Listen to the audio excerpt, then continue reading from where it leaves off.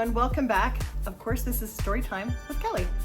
I hope that the other stories have been funny and interesting, etc. If you have questions about them, go ahead and put them in the comments for that particular story and I'll try to get to them. Keep it clean. I have a lot of nieces and nephews that are too young for my videos, but they still get on here sometimes, so keep it clean. Keep it nice. If you're worried about it, my self-esteem can't handle that as much. Here we go. Like all stories, this story has a backstory, and I'm gonna try to not go too much into that, but here's the prologue of what happened to lead us up to this story. I had been married for 13 years, almost 13 years, not quite. We would get divorced like literally a day before 13 years, but whatever. I really loved the person I was married to. I love the man that I was married to, but he absolutely did not feel the same. And I didn't know that when we got married. It was his idea. That's a whole other story. But suffice it to say, I was married for 13 long years.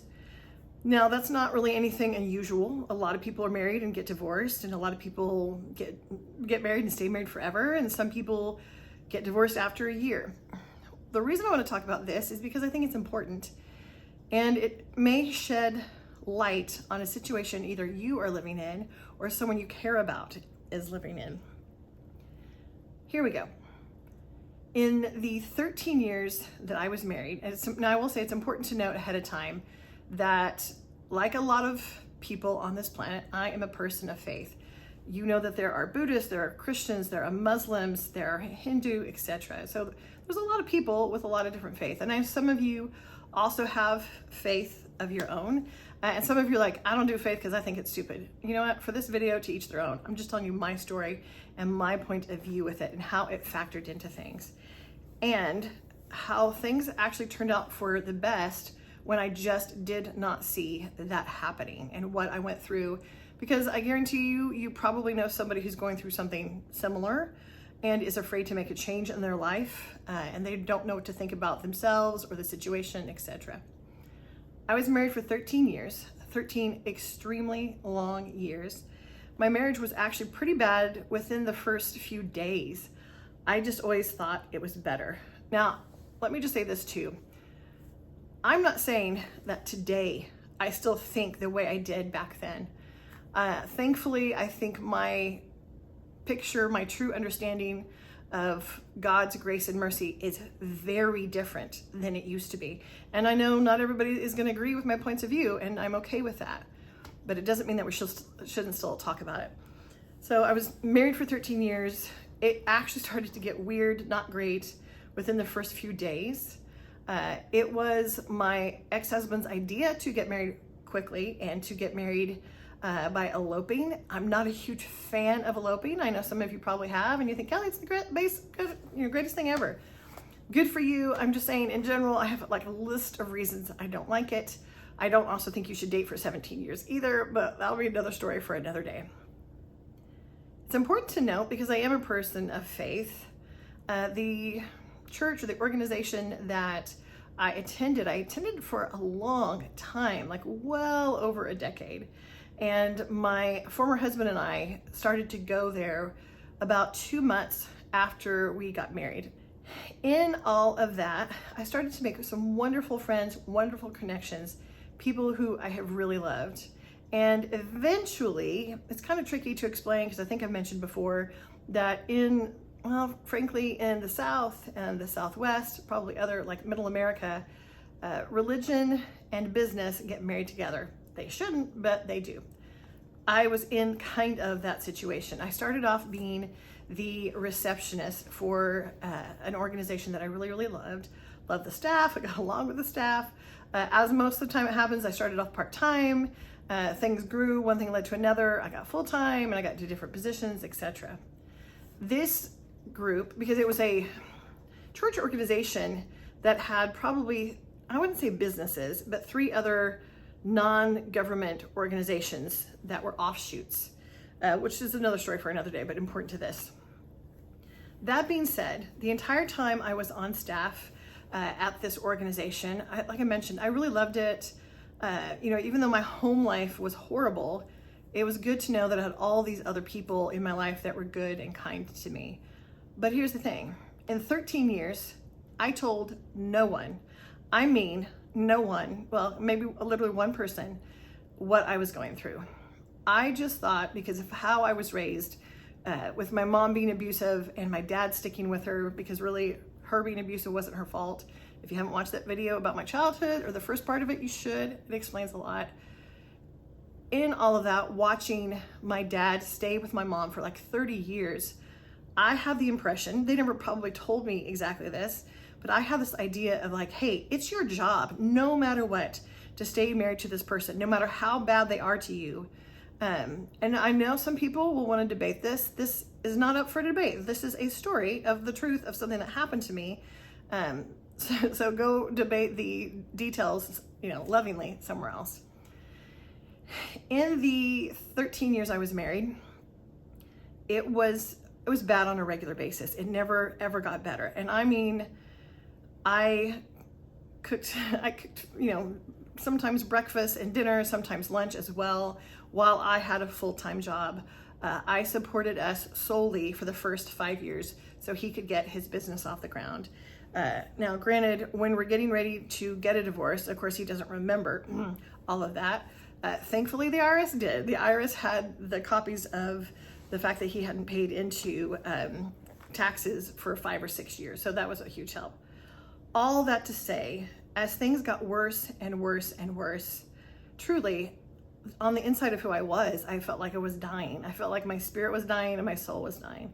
And I'm not proud of this, but I want you to know, if you are a person of faith, you really need to count the cost in your judgment of others, because you have no true idea of what they are living through or what they're having to endure. In all of that, when I got the job at the organization, like a lot of organizations and businesses, have its own version of a morality clause. Now, you might hate that, but hear me out. If Kelly ever has a business again or an organization, I'm gonna have some clauses. For instance, for my group, if you're, if you're chauvinist, if you're homophobic, if you're racist, then I don't want you on my staff and it's not gonna work out. That would be one version of many of a morality clause that I could have. So I do believe that in general, yes, organizations have the right to have morality clauses, because I reserve that right for myself. That being said, the organization that I worked for, and I worked there for almost a decade out of our 13 years, I did that, plus sometimes I would often hold a second job, which was not fun. But anyway, the organization that I worked for had a policy, had several morale policies that, at the time I thought made sense. Now, some of them I don't necessarily agree with anymore. Some of them I just don't agree with anymore. But one of the morality clauses at the time was, if you were on staff and you got a divorce, you would lose your job. There was no, unless this has happened, unless this has happened, unless this has happened. It was, you get a divorce, you lose your job. No ifs, ands, or buts. So for me, staying with my now ex-husband, we got a divorce, all I could think of in the 10 years I was on staff is like, man, this is one of my favorite places I've ever worked. I love the whole staff. The whole staff is good and kind to me, and they respect me, and I love them. And we do a lot of community work all over the city in different areas that is helping different parts of the city become better suitable for the communities that live there. So we do a lot of good work, and I don't want to lose that. Also, I thought at the time, man, if I get a divorce, no one's going to take my side per se. Everyone is going to take his side, because to the world, my ex-husband was funny and charming and bubbly and kind, but that's not how he was to me at home. And it would be literally 12 and a half years of secrecy of that life, until I don't even know to this day why he did it. All I can say is thank you, God, that he did. He started to treat me as bad in public as he did in private. And I honestly think if he hadn't done that, I don't know that people would have believed me that he was so bad. As we're probably at this point, I'm going to say, it's been over 10 years of being in this marriage that's horrible. I haven't told anybody, but literally I feel I'm losing the will to live. And I know that sounds dramatic, but I guarantee you, if you have a loved one in a really rough marriage, they may feel the same way, just like I did. And they can feel like my whole world, my identity of all the good things that I am, no one will see that anymore if I get divorced. This is it. I'll be done with everybody. And for me, I thought I will lose all of my friends, all of my extended family. I'll lose my job. And then because I've lost all of my support system and my job, I'm also, unfortunately, going to lose a house. Where am I going to live? So if I divorce him, that's treated me horrible, all of the good things in my life will heartbreakingly vanish and I'll be on my own again. Oh my gosh, I don't want to do that. So I guess I'm just going to keep putting up with this. And I will say, probably year maybe 11 out of all of this, my friends, I didn't even think of fake names for them. My friends, Diane and Carol, we were going on a road trip somewhere. It wasn't like, maybe 2-3 hours away.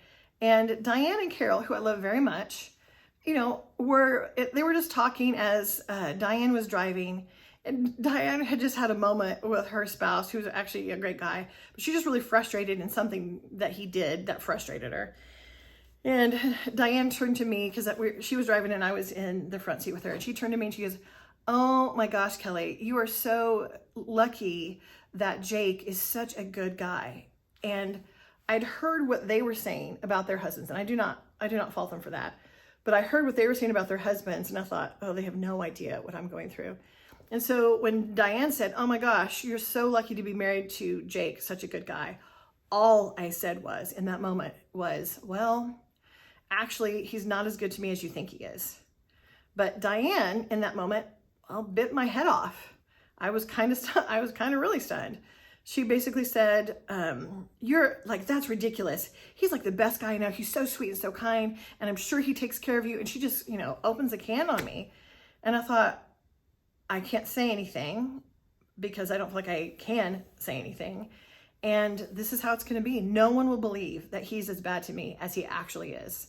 So these two people who I love, I'll lose because they won't believe, because they've known him longer than they've known me. They won't believe that he's as bad as he is. So I keep that to myself again for the better part of another year. And it gets to the point of, I realize internally, Kelly, you got to tell somebody or you're going to die. Like you may even end your life. And I know that sounds dramatic, especially if you know me, but that's how bad it was. And that's how much I didn't tell anybody. I went to lunch. I told a friend, Shelly, that I knew at the organization, "Hey, I want to go to lunch with you because I need to get your insight on something that's extremely important." She says, "Okay." We go to lunch, and she's the first person that I had ever told about how bad things were at home.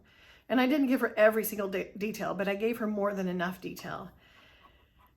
And she got a little teary-eyed, which was nice because she understood what I was going through and how bad it was.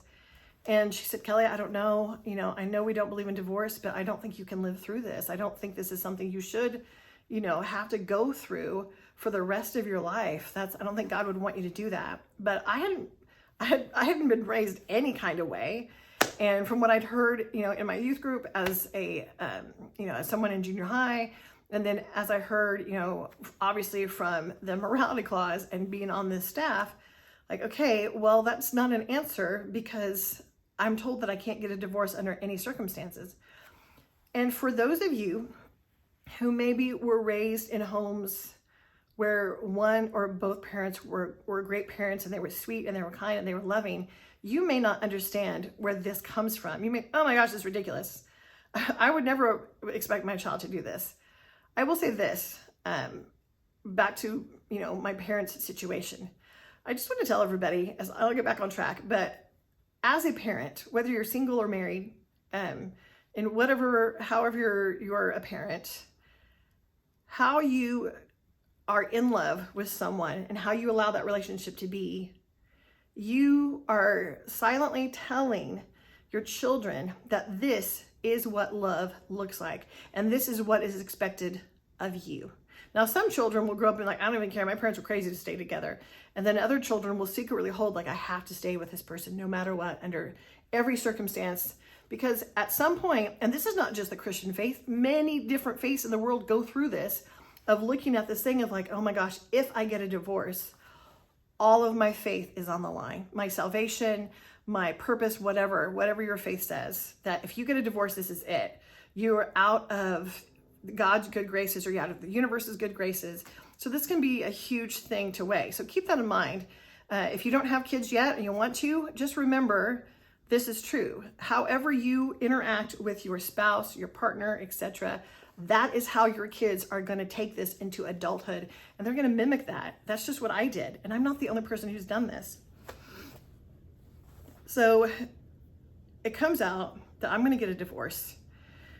I had actually gone to, and nobody knew this, I had gone to 4 different counselors at my husband's behest in 5 years. I had told no one. I had probably had technically I think I had gone to, I don't know, 150 different counseling sessions between all 4 of these people. And there was really only one good counselor. I do wholeheartedly believe in counseling. I also believe, just like dating someone, hey, if it's not a match, just break up and find someone who's a better match. But I didn't quite know that at the time. Now I do. Here I am. My marriage most likely is going to end. I haven't told anybody. Somehow, I still don't know how, my ex-husband,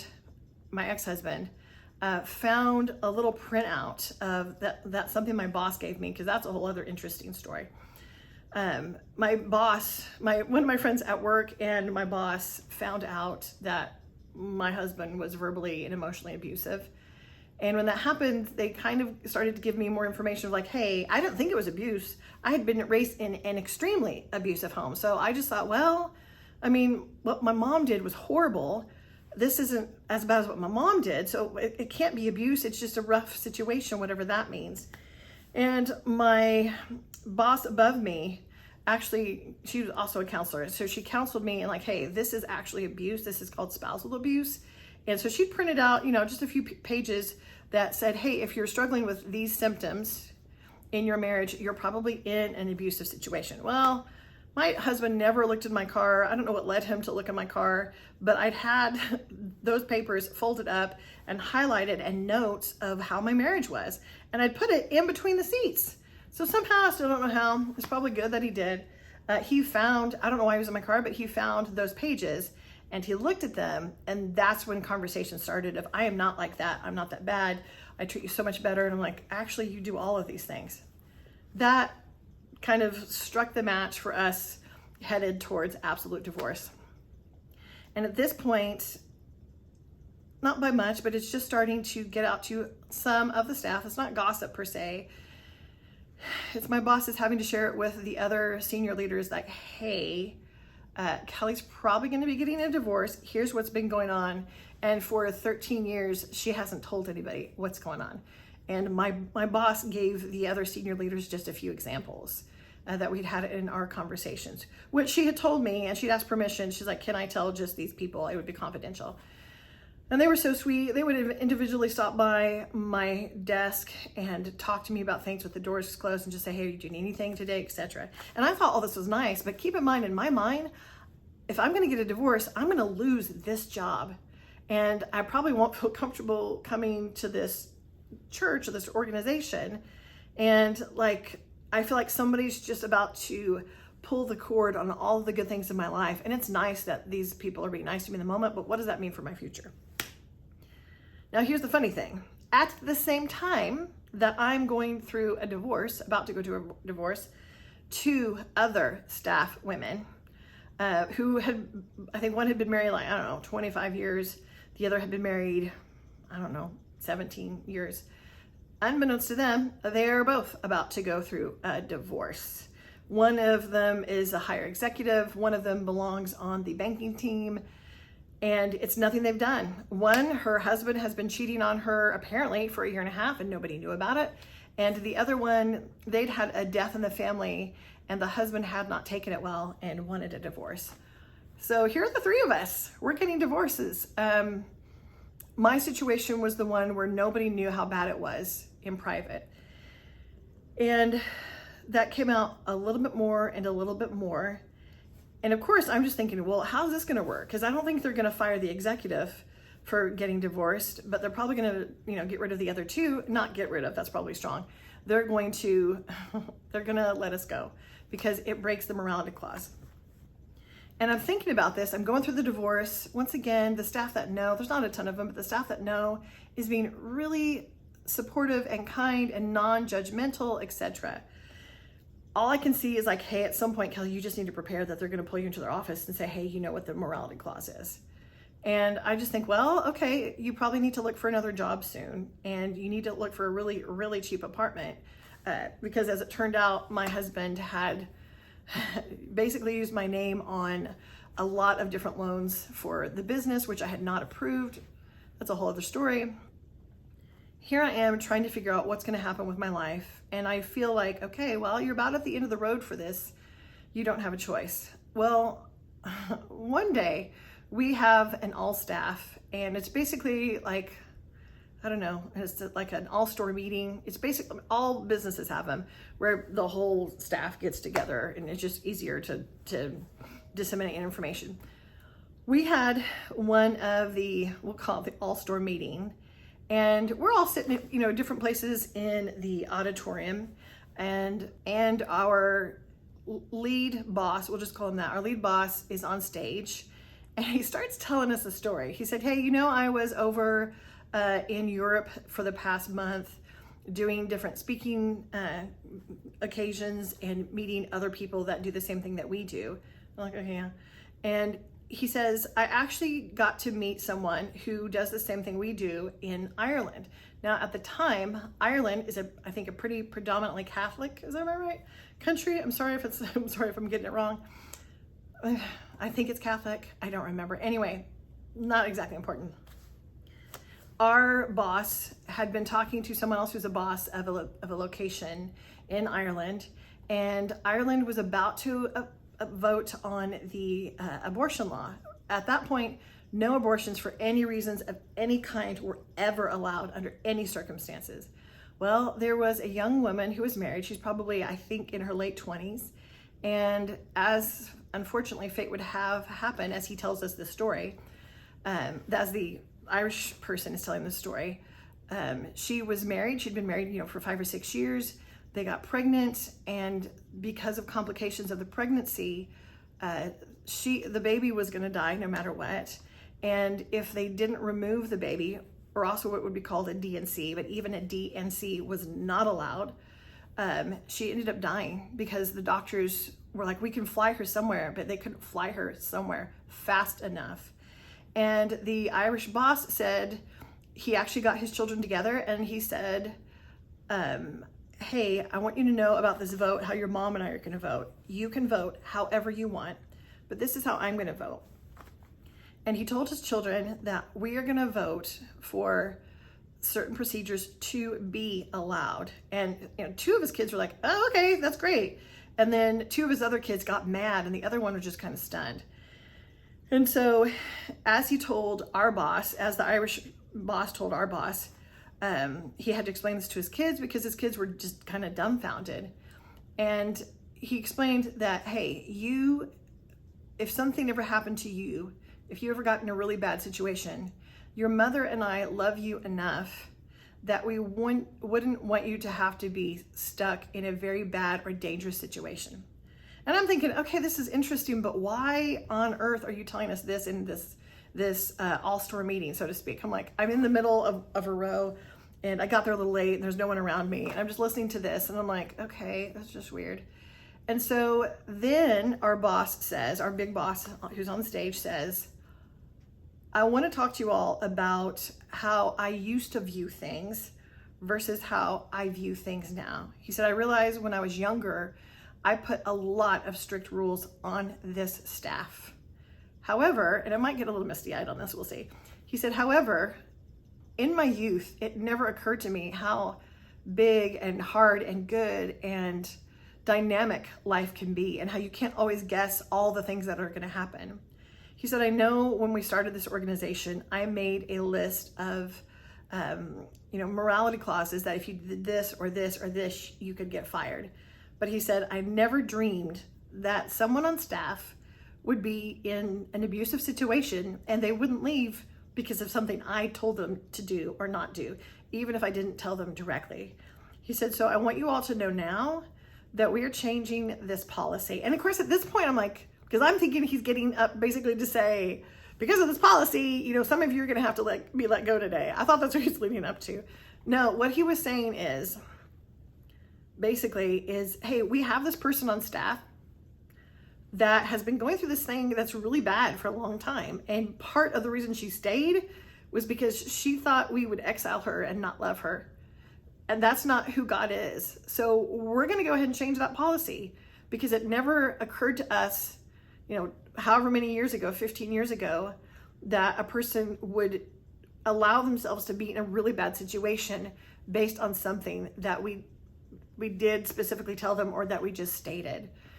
And so at that point, I'm like, I can't help it. Tears are just streaming down my face. And I don't remember who it was. Somebody who was several seats down on my row came over and put their arm around me, which was great, but didn't help because then I started crying more. And it made me realize, oh my gosh, I'm not going to lose my job. I mean, I can still quit if I wanted to, but I'm not going to lose my job. And at the same time, which was really also amazingly interesting, and I could not have predicted this, all of my loved ones, all of the people we knew together as a couple, all of my friends separately. And it was not my plan to do this. It is literally just how it happened. But almost no one took his side when they found out how bad it had been and how verbally abusive he had been and how emotionally abusive. Nobody took his side. His best friend and his best friend's wife did. No one else did. And it never occurred to me in a million years that people would love me more than my circumstance, and that they wouldn't slap a label on me because of something that had happened to me, something that I may or may not have been able to avoid. So I wasn't losing my place of work, and I wasn't losing my place of faith, and I wasn't losing all my loved ones. I was stunned in a very good way. I was very, very stunned. And what was so interesting is all of this was coming out. What would happen on a regular basis when I would be, for whatever reason, moments alone with different loved ones, they would stop and they would say, Kelly, listen, I just want you to know, if for any reason I ever led you to believe that you had to stay in a bad situation, I'm just so sorry. That is not what I meant. And that was kind of amazing. I think I literally heard that a dozen different times. The first person I heard it from was my godfather.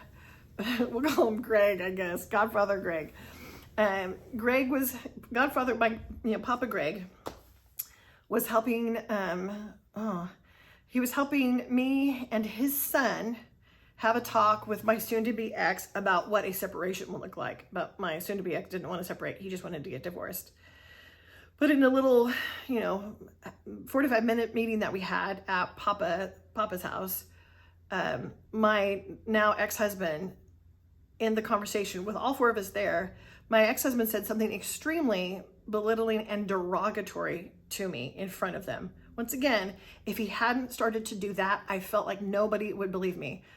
Well, what he said was horrible, and Papa gets all of a sudden, every muscle in his body stiffens, and he turns to me and he says in Italian, Kelly, if this was happening in Italy, you wouldn't be getting a divorce, you would be becoming a widow.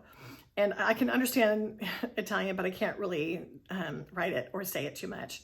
And I was like, holy crap.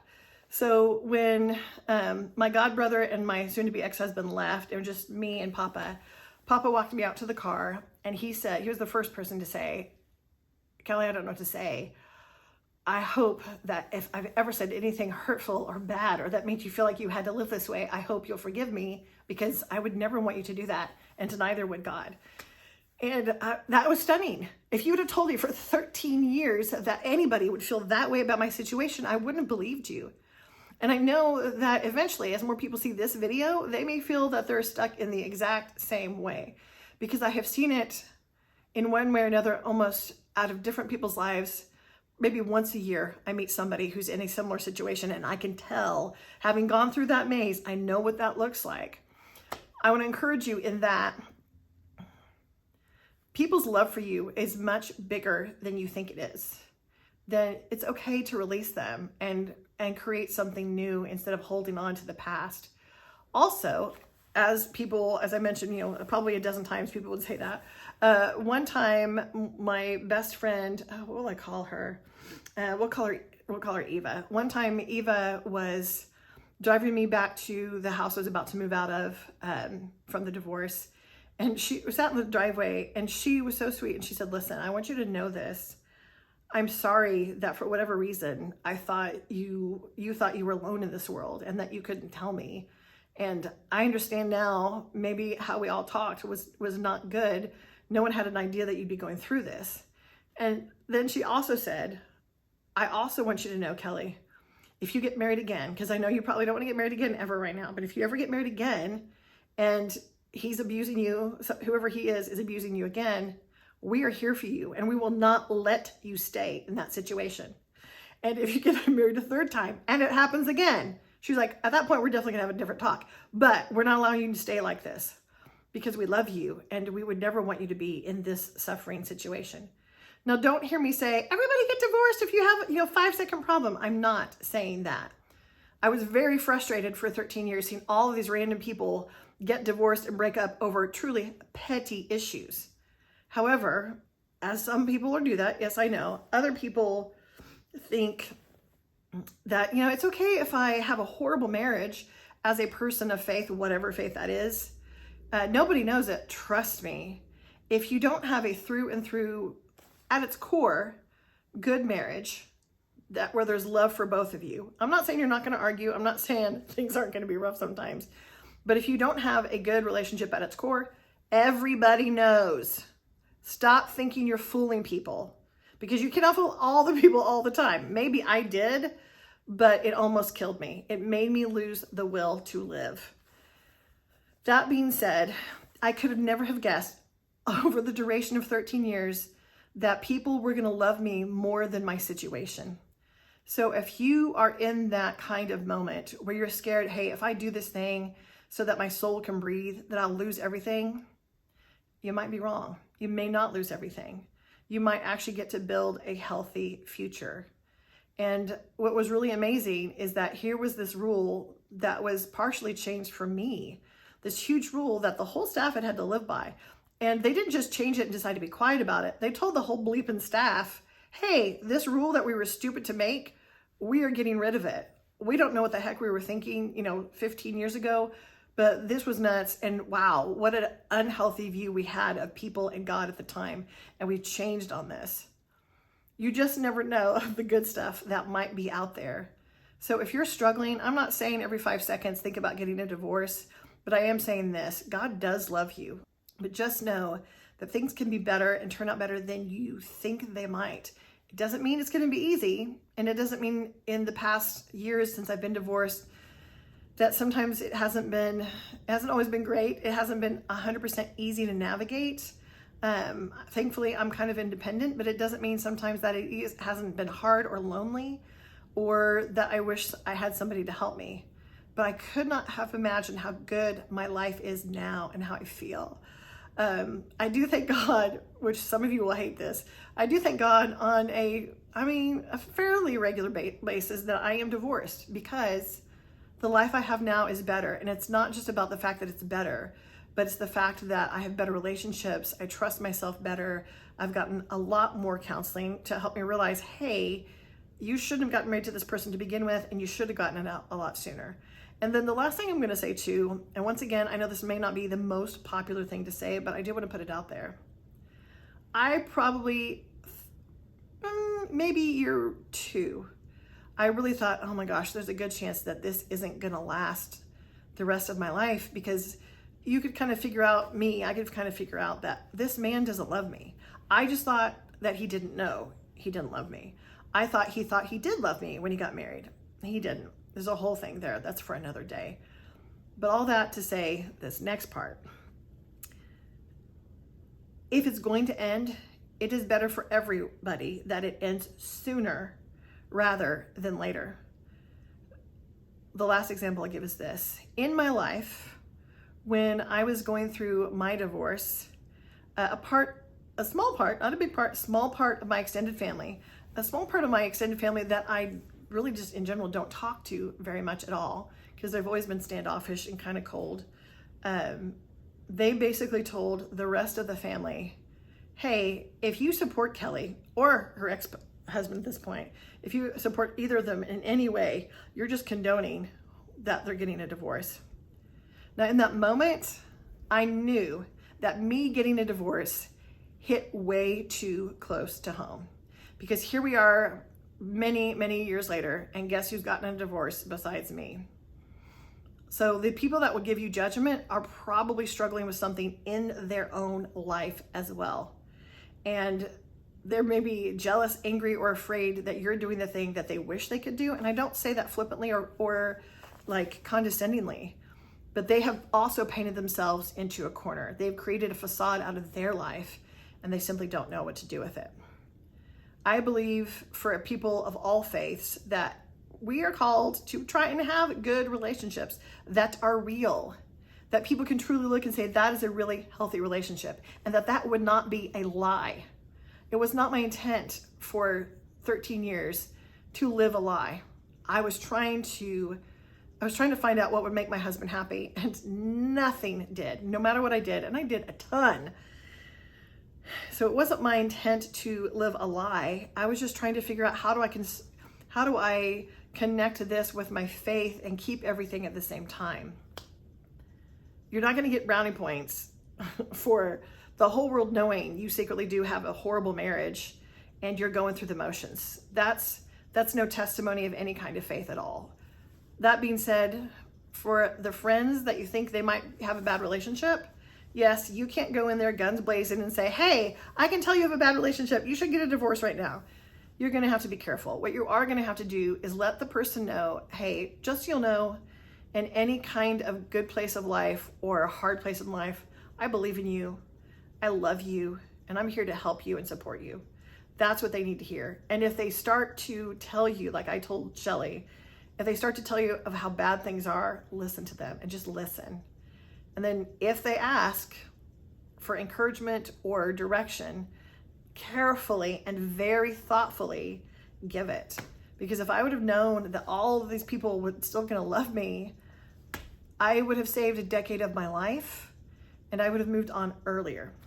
So that's a lot of information, I know, but I think it's important for everyone to hear. I do always hope you'll learn from things that I've done that were stupid or that were good. If you haven't watched my success, rejection, and success video, you should, because it deals with business, success, and rejection. There's more to come. There's more stories. I hope you all are enjoying this. I hope it's entertaining and interesting. You can slip some of these to friends and be like, hey, have you seen this video from Kelly? So there's that. Anyway, I hope to see you all again. Please subscribe and like this post. If you have questions for me, I don't mind answering personal questions. I'm only like private about 2 kind of things in my life. I won't even tell you what those are. But in general, I am an open book. So I will try to respond to any questions that are asked. Keep it positive, keep it clean. I have a lot of nieces and nephews that are under 18 who I don't necessarily want privy to all these conversations. They know they're not supposed to be on my YouTube channel, but they is sometimes. So keep that in mind. All right, everybody, I sincerely hope you have a good week. I hope you believe in yourselves, give yourself good positive talk. Know that people in the world do love you and you were meant for good things. Bye, everyone.